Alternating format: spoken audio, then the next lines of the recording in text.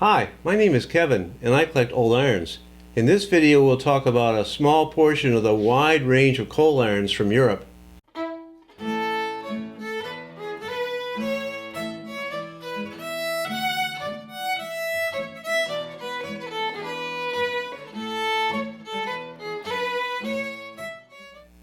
In the most recent video we talked about the American coal irons and found that they did not have that extensive a diversity. Three basic groups. First of all, the group of many manufacturers that use the Bless and Drake patent from the 1850s.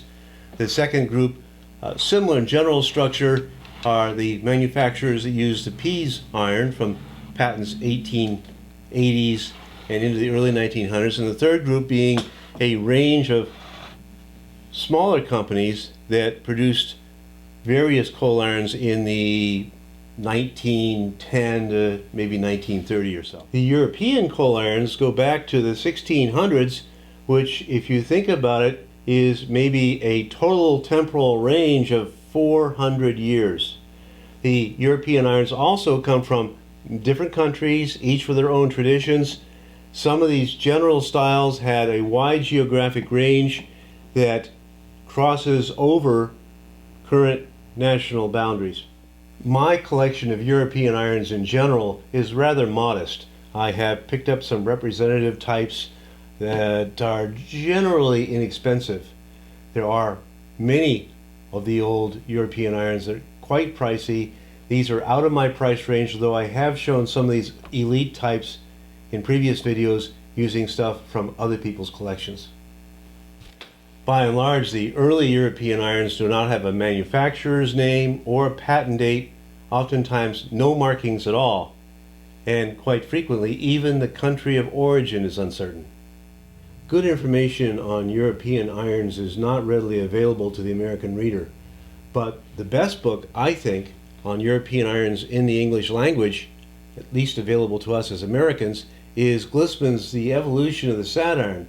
This book was published in 1980, so is now some 45 years old, but is still readily available on eBay in both hardback and paperback versions. Almost half of this book is on non-American irons, and these are separated by regions across Europe. The older irons in Europe, and by here I mean irons that take the traditional iron shape, are of three general groups. They are the flat irons, the slug irons, which have a door and back with a removable slug, and the coal irons, which typically have a door that swings with the access to the coal within the iron. These are commonly very brassy, and brass is a material not seen very much in American irons at all. I would say the most primitive, at least by design, of the European irons were made of rolled or pounded sheet metal, sometimes brass, sometimes iron, sometimes the older versions in particular show squared bolts, rivets. More recent ones are round rivets. This one is a pounded metal with the square rivets, and probably goes back to the 1700s. This one's more like the 1800s, maybe even possibly into the early 1900s. The brass ones can go way back. This one has a rather shapely handmade handle.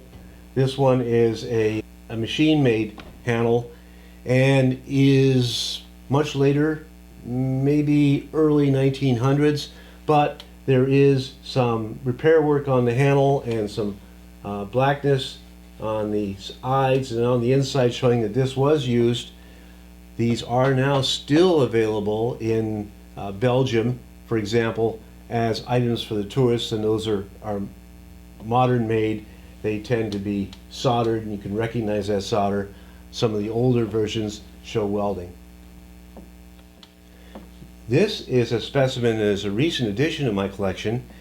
It is quite interesting. It has now it's all iron rather than brass, but it's got a lot of cutout structure to it, suggesting fairly considerable age.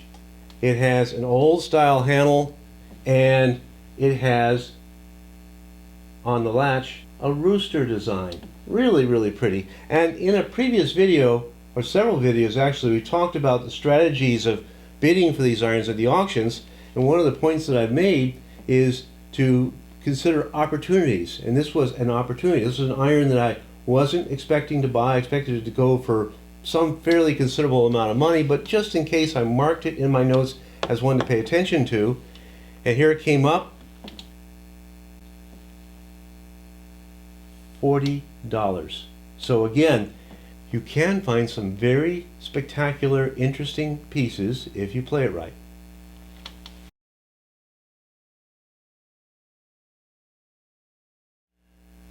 There is an amazing range of coal irons from the range of the 1800s, particularly the mid 1800s, maybe going into the early 1900s.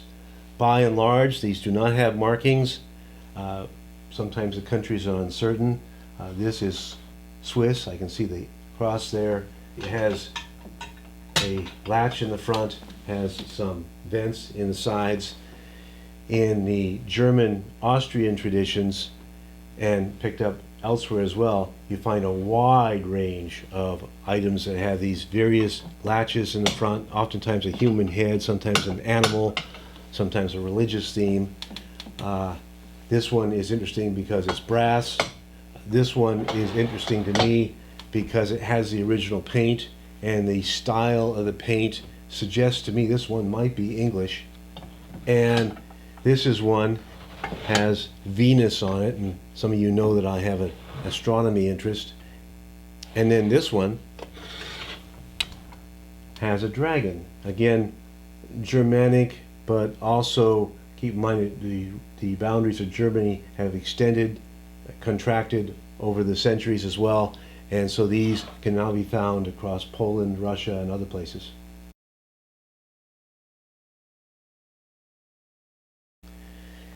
And from here, let me show some irons that have markings from known manufacturers, and these are by and large from the early 1900s, 1920s, 1930s.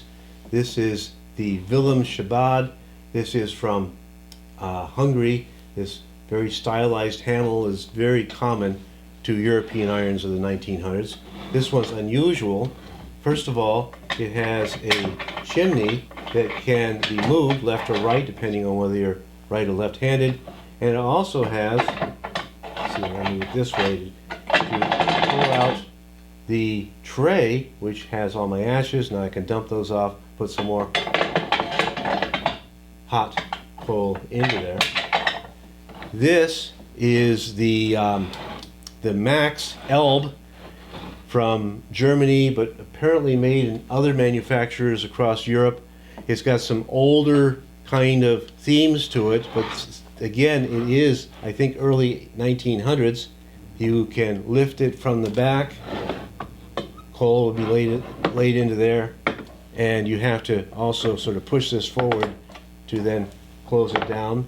And then this one is a company again in Germany, but manufactured also in Italy and England, a variety of other places. This is the Dali iron. There's a similar company called the Flot iron from Norway, and this is mostly 1930s. And I'll lift the latch here, open it up. This is, you'll find this very plain with nothing inside, but if you're lucky, you find an insert. Now, whether they're all sold with the insert or not, I'm not sure. It may be that many people just use this as a coal iron, but what the insert allowed you to do is to, first of all, put some gasoline here to help heat some manufactured solid fuel, charcoal briquettes kind of things, and you could use that for heating your iron, and that got you away from the need for a coal stove, for example. And these are quite common throughout Europe, and many of them have made their way to the United States. In fact, they're common enough, the Flot iron, I wonder if there was an American manufacturer. As I've said before, the coal irons are not a favorite group of mine. I have not put a lot of money into these. For the irons you saw amongst the American and European irons, there's maybe only one or two that I paid more than $100 for, and various of these I may have paid less than $50, but they have a lot of charm, they have interesting size, they make for good displays, and as you're building your collection, it's something you'd want to add a few of at least. Thank you for taking the time to watch these. I very much enjoy sharing my collection and interest with you. If you are enjoying these, please, because it's important in terms of the YouTube algorithm, give a thumbs up, and if you haven't done so already, please subscribe.